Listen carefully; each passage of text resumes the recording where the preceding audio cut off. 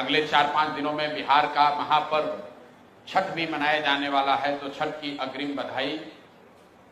आज आपको दिवाली के अगले ही दिन कष्ट इसलिए दिया है कि बिहार में हो रही एक अप्रत्याशित लोकतांत्रिक प्रक्रिया में एक अप्रत्याशित घटना जो घटित हो रही है वो आपको आपके संज्ञान में लाना चाहते हैं। अभी तक पिछले कुछ वर्षों में हम लोगों ने इस देश में देखा है कि जो लोग नए दल, छोटे दल या कई जगहों पर तो बड़े दल भी जब चुनाव जीत कर आते हैं तो उनके विधायकों की खरीद फरोख्त होती है। आप और हम वर्षों से वो तस्वीरें देखते आए हैं कि कैसे लोग अपने विधायकों को बचाने के लिए और उनके राजनीतिक विरोधी उनको खरीदने के लिए, अपने पाले में करने के लिए उनको कोई रिजॉर्ट में बंद करता है, कोई दूसरे राज्य में ले जाता है, कोई मोबाइल छीनता है। सरकारें बनाई और बिगाड़ी जाती हैं। और पिछले कुछ वर्षों में भारतीय जनता पार्टी की एक छवि बनी है कि चुनाव कोई भी जीते, सरकार यही लोग बनाएंगे। अब बिहार में इन्होंने एक नया प्रयोग, नया अभियान शुरू किया है।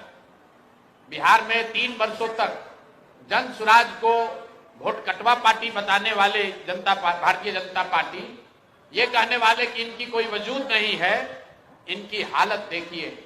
चुनाव की प्रक्रिया शुरू हुई है और सबसे ज्यादा अगर डर किसी को लग रहा है तो वो एनडीए के, भाजपा के लोगों को लग रहा है।